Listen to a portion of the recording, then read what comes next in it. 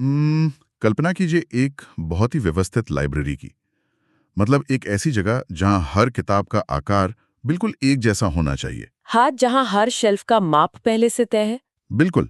और किसी भी नई किताब को अंदर लाने से पहले उसका पूरा विवरण, जैसे लेखक कौन है, पन्ने कितने हैं, विषय क्या है, सब कुछ एक पक्के रजिस्टर में दर्ज करना पड़ता है। और अगर कोई किताब इस तय सांचे में फिट नहीं बैठती तो लाइब्रेरियन उसे सीधा बाहर फेंक देता है। है ना? मतलब दशकों तक दुनिया के डेटाबेस बिल्कुल इसी तरह काम करते थे। पारंपरिक रिलेशनल डेटाबेस, जिन्हें हम एसक्यूएल सिस्टम कहते हैं, वो इसी सख्त नियम पर चलते थे। जब डेटा सीमित था तब तो ये शानदार काम करता था, लेकिन फिर इंटरनेट का विस्तार हुआ और अचानक से पूरी दुनिया ही बदल गई। एकदम सही, इंस्टाग्राम, व्हाट्सएप, यूट्यूब और अमेज़न जैसे विशाल प्लेटफॉर्म आ गए। अब एक सेकंड में लाखों तस्वीरें, करोड़ों मैसेज और अनगिनत सेंसर लॉग्स उस पुरानी लाइब्रेरी के दरवाजे पर ट्रकों में भरकर फेंके जाने लगे हैं। और जाहिर है वो पुरानी व्यवस्था इस डेटा सुनामी के आगे ढह गई। मतलब उन सख्त नियमों वाले डेटाबेस सिस्टम ने काम करना ही बंद कर दिया। तो जब डेटा की मात्रा, गति और विविधता बेकाबू हो जाती है, तब क्या होता है? आज के इस गहन विश्लेषण में हमारे पास स्रोत सामग्री का एक बहुत ही दिलचस्प बंडल है। इसमें बिग डेटा एनालिटिक्स की यूनिट 3 के नोट्स हैं, कैप थ्योरम के वास्तविक जीवन के परिदृश्य हैं और आरडीबीएमएस बनाम नो एसक्यूएल के बहुत ही विस्तृत लेख शामिल हैं। हाँ, और हमारा मिशन बहुत स्पष्ट है।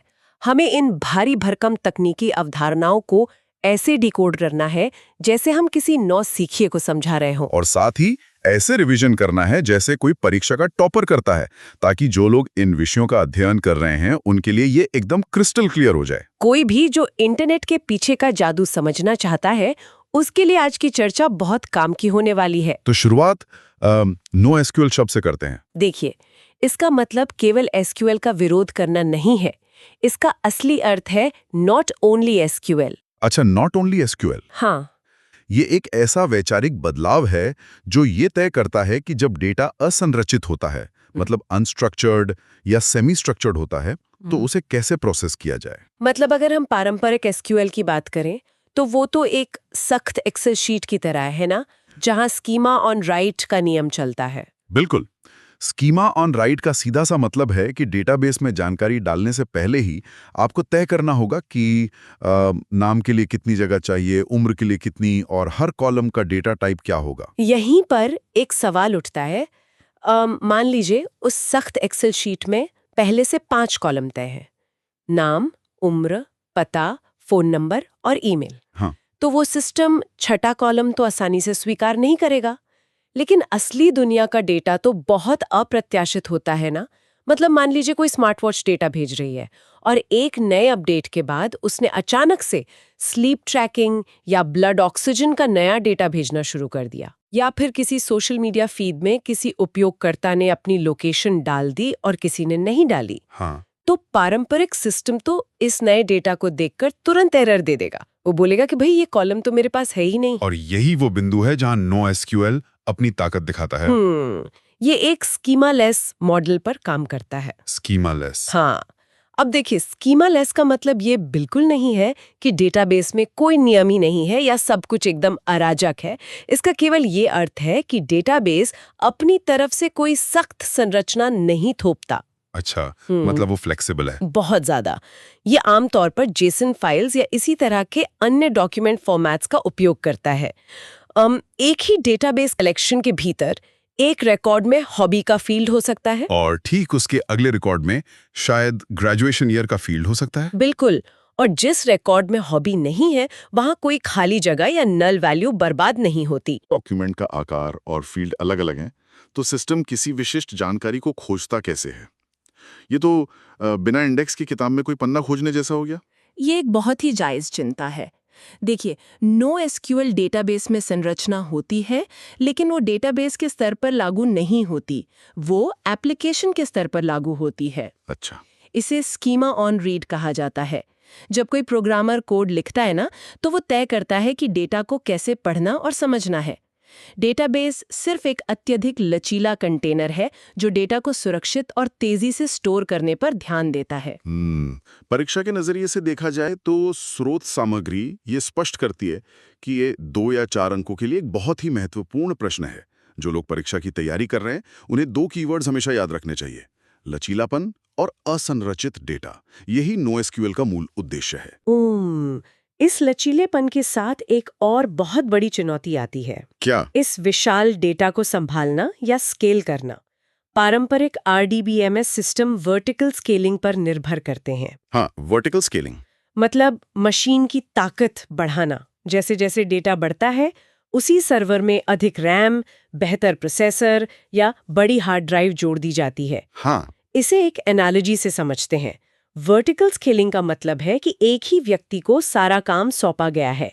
जब काम बढ़ता है तो उस व्यक्ति को और अधिक ताकतवर बनाया जाता है, मतलब उसे तब तक खिलाया जाता है जब तक वो फट न जाए। हाँ, बिल्कुल। लेकिन एक बिंदु ऐसा आएगा जब वो व्यक्ति या वो मशीन अपनी भौतिक सीमा तक पहुंच जाएगी। मतलब एक मदरबोर्ड में केवल सीमित स्लॉट ही तो हो सकते हैं ना। हाँ, और एक सीमा के बाद सर्वर को अपग्रेड करना बेहद महंगा हो जाता है, लाखों डॉलर लग जाते हैं। सबसे बड़ा तकनीकी आर्किटेक्चर सामने आता है जिसे हम हॉरिजॉन्टल स्केलिंग या स्केल आउट कहते हैं। हॉरिजॉन्टल स्केलिंग, ये क्या है?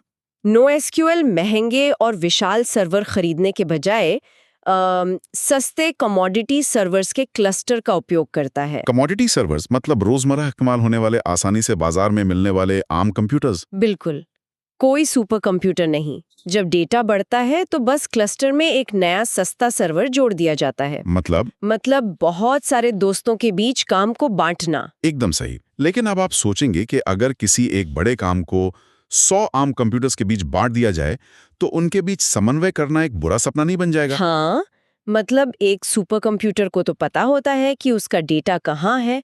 100 अलग-अलग सर्वर्स कैसे तय करते हैं कि कौन सा डेटा किसके पास जाएगा? ये NoSQL की वास्तुकला का सबसे सुंदर हिस्सा है। इसके लिए ऑटो शॉर्डिंग का उपयोग किया जाता है। शॉर्डिंग, इसके बारे में स्रोत सामग्री में काफी जोर दिया गया है। हाँ, शार्डिंग का मतलब है एक विशाल डेटाबेस को छोटे-छोटे तार्किक टुकड़ों में तोड़ना, जिन्हें शार्ड्स कहते हैं। सिस्टम एक विशेष एल्गोरिदम का उपयोग करता है, जैसे कोई हैश फंक्शन। जब कोई नया डेटा आता है तो वो हैश फंक्शन उस डेटा की की को पढ़ता है और तुरंत गणितीय रूप से तय कर देता है कि ये डेटा सर्वर नंबर 3 पर जाएगा या 45 पर। अरे वाह, ये ठीक वैसे ही है जैसे किसी पोस्ट ऑफिस में पिन कोड के आधार पर चिट्ठियों को अलग-अलग बैग में छांटा जाता है। बिल्कुल, और इसके साथ ही रेप्लिकेशन भी चलता है, जहां हर डेटा की कॉपी 2 या 3 अलग-अलग सर्वर्स पर रखी जाती है, ताकि अगर कोई एक सर्वर जल भी जाए या खराब हो जाए तो डेटा सुरक्षित रहे। ये तो एग्जाम गोल्ड है। जो लोग सुन रहे हैं और परीक्षा देने वाले हैं, उनके लिए RDBMS और NoSQL के बीच का ये अंतर एक पक्का प्रश्न है। हाँ, अक्सर पूछा जाता है। इसे याद रखने का सुख से आसान तरीका है। RDBMS मतलब वर्टिकल स्केलिंग और सख्त स्कीमा, और NoSQL मतलब हॉरिजॉन्टल स्केलिंग यानी दोस्तों के बीच काम बांटना और लचीला स्कीमा। बहुत बढ़िया सारांश है। लेकिन देखिए, जब हम डेटा को पूरी दुनिया में फैले सैकड़ों सर्वर्स के बीच बांट देते हैं तो एक नई और बहुत जटिल समस्या जन्म लेती है। नेटवर्क की समस्या। हाँ, ये सर्वर्स आपस में नेटवर्क केबल या इंटरनेट के माध्यम से जुड़े होते हैं और नेटवर्क कभी भी 100% भरोसेमंद नहीं होते। केबल्स कट सकती हैं, राउटर्स खराब हो सकते हैं, या डेटा सेंटर में बिजली जा सकती है। बिल्कुल। तो जब किसी वितरित प्रणाली मतलब डिस्ट्रीब्यूटेड सिस्टम में नेटवर्क टूटता है, तब बिग डेटा का सबसे महत्वपूर्ण सिद्धांत लागू होता है, कैप थ्योरम। कैप थ्योरम, ये तो स्रोत सामग्री का सबसे महत्वपूर्ण हिस्सा है। बिग डेटा की कोई भी चर्चा इसके बिना अधूरी है। ये एक ऐसा विषय है जो अक्सर परीक्षाओं में 6 अंकों के उच्च वेटेज के साथ पूछा जाता है, C, A और P। चलिए इसे गहराई से समझते हैं। ठीक है। C का मतलब है कंसिस्टेंसी, यानी स्थिरता। एक वितरित प्रणाली में स्थिरता का अर्थ है कि क्लस्टर के हर एक सर्वर पर एक ही समय में बिल्कुल समान डेटा होना चाहिए। मतलब अगर एक नोड पर डेटा अपडेट हुआ है तो दुनिया के किसी भी हिस्से से सिस्टम को एक्सेस करने वाले उपयोगकर्ता को वही नया अपडेटेड डेटा ही दिखना चाहिए। हाँ, कोई पुराना डेटा नहीं मिलना चाहिए। अब आते हैं A पर। A का मतलब है अवेलेबिलिटी, यानी उपलब्धता। उपलब्धता मतलब सिस्टम हमेशा चालू रहेगा। बिल्कुल, इसका अर्थ है कि सिस्टम हमेशा काम करता रहेगा, हर अनुरोध का जवाब मिलेगा और वो कोई एरर मैसेज नहीं होगा। भले ही सिस्टम के पास जो डेटा हो वो एक पल पुराना क्यों ना हो, लेकिन सिस्टम डाउन नहीं होगा। और अंत में P पी है पार्टीशन टॉलरेंस यानी विभाजन सहनशीलता। इसका मतलब है कि अगर दो सर्वर्स के बीच का नेटवर्क टूट जाए और वे एक दूसरे से संपर्क ना कर पाएं, जिसे नेटवर्क पार्टीशन कहते हैं, तब भी पूरा सिस्टम एक इकाई के रूप में काम करता रहेगा। तो कैप थ्योरम कहता क्या है? कंप्यूटर वैज्ञानिक एरिक ब्रूअर ने इस थ्योरम में सिद्ध किया कि एक वितरित प्रणाली में एक ही समय में इन तीनों सी, ए और पी की 100% गारंटी देना तार्किक रूप से असंभव है। आप केवल दो को ही चुन सकते हैं। एक मिनट, कोई पूछ सकता है कि ऐसा क्यों? मतलब क्या तकनीक इतनी उन्नत नहीं है कि हम तीनों पा सकें? हम सब कुछ एक साथ क्यों नहीं पा सकते? हाँ, ये तो वैसी ही बात हो गई कि किसी को एक ऐसी कार चाहिए जो फॉर्मूला 1 जितनी तेज भी हो, उसमें 15 लोग भी बैठ सके और वो 1 लीटर में 100 किलोमीटर का माइलेज भी दे। मतलब भौतिकी के नियम इसकी इजाजत नहीं देते। बिल्कुल नहीं। और नेटवर्किंग की दुनिया में इसका कारण ये है कि बिग डेटा सिस्टम्स को कई सर्वर्स पर चलना ही पड़ता है।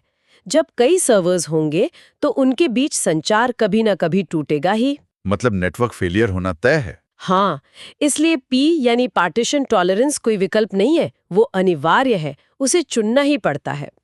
अब चूंकि नेटवर्क का टूटना तय है, इसलिए असल चुनाव केवल सी और ए के बीच बचता है। स्थिरता और उपलब्धता के बीच यहीं पर कंपनियों को समझौता करना पड़ता है। चलिए इसे एक वास्तविक जीवन के परिप्रेक्ष्य से समझते हैं। सबसे पहले सीपी सिस्टम्स की बात करते हैं, यानी कंसिस्टेंसी प्लस पार्टीशन टॉलरेंस। ठीक है। यहाँ स्थिरता चुनी गई है और नेटवर्क टूटने पर उपलब्धता का त्याग कर दिया गया है। इसका सबसे अच्छा उदाहरण एक बैंक खाता है। मान लीजिए किसी के बैंक खाते में 10,000 रुपए हैं। वो व्यक्ति एटीएम पर है जो सर्वर ए से जुड़ा है और वो पैसे निकाल रहा है। और ठीक उसी क्षण उसका कोई पारिवारिक सदस्य बैंक की शाखा में है जो सर्वर बी से जुड़ा है और वो बैलेंस चेक कर रहा है। अब अगर सर्वर ए और बी के बीच का नेटवर्क अचानक कट जाए, मतलब पार्टीशन हो जाए, तो सिस्टम के सामने संकट आ जाता है। हाँ, अगर सिस्टम उपलब्धता चुनता तो वो दोनों को अनुमति दे देता। इससे शायद खाते में जितने पैसे हैं उससे ज्यादा निकल जाते। लेकिन ये एक बैंक है, सिस्टम कभी भी गलत बैलेंस नहीं दिखाना चाहेगा, इसलिए वो तुरंत लेन देन रोक देगा। बिल्कुल, वो या तो एटीएम पर एरर दिखाएगा या बैंक शाखा में सिस्टम डाउन बताएगा। बैंकिंग के लिए कंसिस्टेंसी सबसे अहम है। मोंगोडीबी और एचबेस जैसे डेटाबेस को इस तरह के सीपी परिदृश्यों के लिए कॉन्फ़िगर किया जा सकता है। और दूसरा विकल्प है एपी सिस्टम्स, मतलब अवेलेबिलिटी प्लस पार्टीशन टॉलरेंस। यहां सिस्टम को हर हाल में उपलब्ध रहना है, भले ही डेटा पूरी तरह से नया न हो। इसका सबसे बेहतरीन उदाहरण हमारे सोशल मीडिया प्लेटफॉर्म्स हैं, जैसे व्हाट्सएप या इंस्टाग्राम। हाँ, मतलब जब कोई व्हाट्सएप पर मैसेज भेजता है या इंस्टाग्राम पर कोई फोटो लाइक करता है और उस समय सर्वर्स के बीच नेटवर्क टूटा हुआ है, तो सिस्टम उस लाइक को रोककर एरर नहीं दिखाएगा। बिल्कुल नहीं। इंस्टाग्राम का सर्वर ये नहीं कहेगा कि हमारे सर्वर सिंक नहीं हो पा रहे हैं, कृपया बाद में लाइक करें। हाँ, ऐसा होता तो लोग पागल हो जाते। हाँ, वो अनुरोध स्वीकार कर लेता है, भले ही दुनिया के दूसरे कोने में बैठे किसी व्यक्ति को वो लाइक या कमेंट कुछ सेकंड बाद दिखाई दे। इस अवधारणा को इवेंचुअल कंसिस्टेंसी कहते हैं। इवेंचुअल कंसिस्टेंसी मतलब डेटा तुरंत हर जगह समान नहीं होगा, लेकिन अंततः जब नेटवर्क वापस जुड़ेगा तो सब कुछ सिंक हो जाएगा। कैसेंड्रा और डायनामोडीबी इसके उत्कृष्ट उदाहरण हैं। परीक्षा के लिए ये अवधारणा बहुत स्पष्ट होनी चाहिए। नेटवर्क फेल होने पर सीपी सिस्टम काम रोक देते हैं ताकि गलत डेटा न फैले, और एपी सिस्टम काम चालू रखते हैं भले ही डेटा थोड़ा पुराना हो जाए। बहुत ही शानदार एनालॉजी। अब जब कंपनियों को कैप थ्योरम के आधार पर ये जटिल चुनाव करने होते हैं, तो ये स्पष्ट है कि कोई एक डेटाबेस हर तरह की समस्या हल नहीं कर सकता। हाँ, डेटाबेस अब वन साइज फिट्स ऑल नहीं रहे। आवश्यकताओं के अनुसार NoSQL ने खुद को मुख्य रूप से 4 अलग-अलग आर्किटेक्चर में विकसित किया है। 4 प्रकार। चलिए इन पर बात करते हैं, क्योंकि स्रोत सामग्री के अनुसार ये बहुत महत्वपूर्ण है। शुरुआत सबसे बुनियादी प्रकार से करते हैं, की वैल्यू स्टोर। ये सबसे सरल और सबसे तेज डेटाबेस है। इसमें एक चाबी यानी की होती है और उसका एक मान यानी वैल्यू। ये तो एक विशाल और तेज डिक्शनरी की तरह काम करता है, लेकिन इसका उपयोग कहाँ होता है? जब किसी ई-कॉमर्स वेबसाइट पर शॉपिंग कार्ट बनाया जाता है सिस्टम को जटिल क्वेरी नहीं करनी होती, उसे बस एक सेशन आईडी चाहिए होती है जो की है, और तुरंत पूरा कार्ट जो वैल्यू है उपयोगकर्ता के सामने आ जाता है। मतलब बेहद तेज लुकअप के लिए रेडिस और Amazon का DynamoDB इसके उदाहरण हैं। बिल्कुल। लेकिन क्या होगा अगर वो वैल्यू कोई साधारण टेक्स्ट ना होकर अपने आप में एक बहुत जटिल डेटा हो? यहीं से दूसरे प्रकार का जन्म होता है, डॉक्यूमेंट स्टोर। ये की वैल्यू का ही एक उन्नत रूप है ना? बिल्कुल। यहाँ वैल्यू एक पूरा स्ट्रक्चर्ड डॉक्यूमेंट होता है, जैसे जेसन फॉर्मेट में। हाँ, ये वो जगह है जहां MongoDB राज करता है। कंटेंट मैनेजमेंट सिस्टम या प्रोडक्ट कैटलॉग, जहां हर उत्पाद की विशेषताएं अलग-अलग होती हैं, वहां ये बेहतरीन काम करते हैं। अब एक अलग समस्या पर विचार करते हैं। क्या होगा यदि डेटा से ज्यादा महत्वपूर्ण ये बात हो कि वो डेटा अन्य डेटा से कैसे जुड़ा है? इसके लिए तीसरा प्रकार है ग्राफ डेटाबेस। ये सोशल नेटवर्क्स की रीढ़ है। जैसे फेसबुक या लिंक्डइन कैसे जानते हैं कि ए दोस्त है बी का और बी काम करता है सी कंपनी में? बिल्कुल। या फिर बैंकिंग में धोखाधड़ी का पता लगाना, जहां सिस्टम को देखना होता है कि क्या 10 अलग-अलग खातों से एक ही आईपी एड्रेस पर पैसे जा रहे हैं। ग्राफ डेटाबेस डेटा को नोट्स और उनके बीच के संबंधों को एजेस के रूप में स्टोर करते हैं। और इसका सबसे प्रसिद्ध उदाहरण न्यूजे है। हाँ, और अंत में चौथा प्रकार है कॉलम ओरिएंटेड स्टोर। ये डेटा को पंक्तियों के बजाय कॉलम में स्टोर करता है। इसका उपयोग बड़े एनालिटिक्स और टाइम सीरीज डेटा को संभालने के लिए होता है ना? बिल्कुल। टाइम सीरीज डेटा मतलब ऐसा डेटा जो समय के साथ लगातार रिकॉर्ड होता है। जैसे कोई स्मार्ट मीटर हर सेकंड बिजली की खपत का डेटा भेज रहा हो। अपाचे जसेंड्रा इस काम के लिए सबसे उपयुक्त है। तो अगर हम परीक्षा के नजरिए से इसे याद रखने की ट्रिक बनाएं, की वैल्यू मतलब फास्ट लुकअप, डॉक्यूमेंट मतलब लचीला जेसॉन डेटा, ग्राफ मतलब जटिल संबंध या रिलेशनशिप्स, और कॉलम मतलब एनालिटिक्स और भारी डेटा। एकदम सही। अब इन सब में से सबसे लोकप्रिय डेटाबेस यानी MongoDB पर थोड़ा और गहराई से प्रकाश डालते हैं, क्योंकि स्रोत सामग्री बताती है कि अकादमिक और व्यावहारिक दोनों दृष्टियों से इसका वेटेज बहुत अधिक है। MongoDB एक डॉक्यूमेंट स्टोर है और इसकी शब्दावली पारंपरिक RDBMS से बिल्कुल अलग है। देखिए, जहां SQL में टेबल्स होती हैं, MongoDB में उन्हें कलेक्शन कहा जाता है। और जहां SQL में डेटा रो में होता है, MongoDB में उसे डॉक्यूमेंट कहते हैं। हाँ, और एक बहुत ही दिलचस्प तकनीकी पहलू ये है कि MongoDB डेटा को सादे टेक्स्ट वाले जेसन में नहीं, बल्कि बिसन में स्टोर करता है। बिसन मतलब बाइनरी जेसन। बिल्कुल। लेकिन सिस्टम बाइनरी का उपयोग क्यों करता है? सादा टेक्स्ट तो पढ़ने में आसान होता है ना? इंसानों के लिए सादा टेक्स्ट आसान है, लेकिन मशीनों के लिए नहीं। जब डेटा सादे टेक्स्ट में होता है, तो प्रोसेसर को उसे पढ़ने और समझने में, यानी पार्स करने में CPU साइकिल्स खर्च करने पड़ते हैं। अच्छा, और बाइनरी फॉर्मेट तो मशीन की मूल भाषा है। हाँ, बिसन में डेटा को स्कैन करना, इंडेक्स करना और खोजना बिजली की तरह तेज हो जाता है। MongoDB की एक और सबसे बड़ी ताकत जिसकी स्रोत सामग्री में चर्चा है, वो है इसकी उच्च उपलब्धता या हाई अवेलेबिलिटी। यह सुनिश्चित करने के लिए कि सिस्टम कभी डाउन ना हो, ये रेप्लिका सेट्स का उपयोग करता है। ये कैसे काम करता है? एक रेप्लिका सेट में कई सर्वर्स होते हैं। इनमें से एक प्राइमरी नोड होता है और बाकी सेकेंडरी नोड्स होते हैं। एप्लीकेशन का सारा नया डेटा केवल प्राइमरी नोड पर लिखा जाता है। और फिर वो डेटा तुरंत सेकेंडरी नोड्स में कॉपी हो जाता है? बिल्कुल। लेकिन एक सवाल है, अगर वो प्राइमरी नोड अचानक क्रैश हो जाए, मान लीजिए जिस सर्वर पर प्राइमरी नोड है उसकी बिजली चली जाए, तो क्या हमारा डेटा गायब हो जाएगा या डेटाबेस काम करना बंद कर देगा? नहीं, और यही MongoDB की स्मार्टनेस है। प्राइमरी और सेकेंडरी नोड्स एक दूसरे को हर 2 सेकंड में एक नेटवर्क सिग्नल भेजते रहते हैं, जिसे हार्ट बीट कहते हैं। Heart beat? ये तो बिल्कुल नब्ज चेक करने जैसा है कि नेटवर्क में अन्य सर्वर्स जीवित हैं या नहीं। एकदम सही। अगर प्राइमरी नोड की हार्ट बीट आनी बंद हो जाती है, तो सिस्टम को पता चल जाता है कि कुछ गड़बड़ है। तो फिर क्या होता है?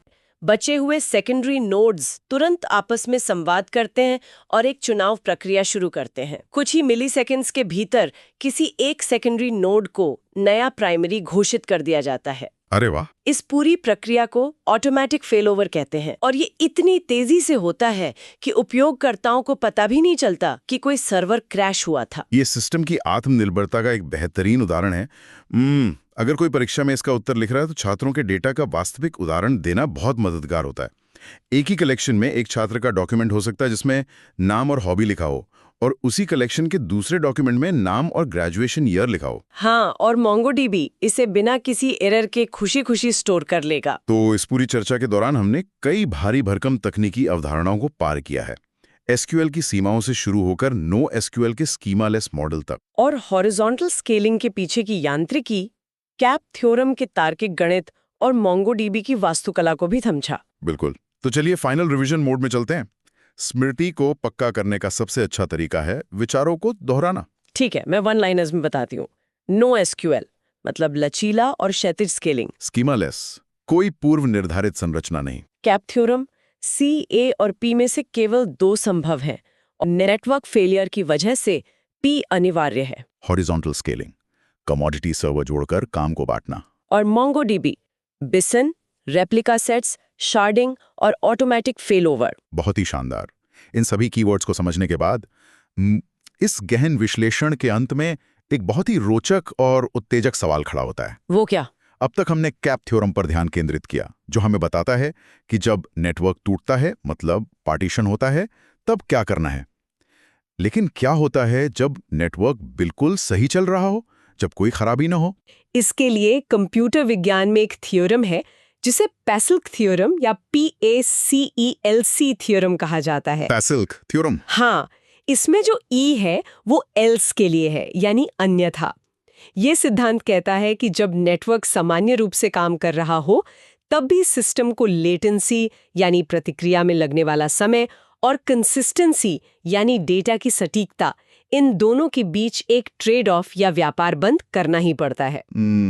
इसे ऐसे समझा जा सकता है कि क्या उपयोगकर्ता को वेब पेज 0.1 सेकंड में लोड होकर दिखना चाहिए, भले ही उस पर दिख रहा जूतों का स्टॉक 1 सेकंड पुराना हो। हाँ, या फिर सिस्टम को जूतों का बिल्कुल सटीक स्टॉक दिखाना चाहिए, भले ही इसके लिए उसे दुनिया भर के सर्वर से डेटा चेक करने में 3 सेकंड लग जाएं। और Amazon जैसी कंपनियां अक्सर लेटेंसी कम करने को चुनती हैं। वे आपको तुरंत पेज दिखा देती हैं, भले ही बैकएंड में वो जूता बिक चुका हो। वे गति को सटीकता पर प्राथमिकता देती हैं। बिल्कुल, ये एक ऐसा संतुलन है जिस पर आज की पूरी डिजिटल अर्थव्यवस्था टिकी हुई है।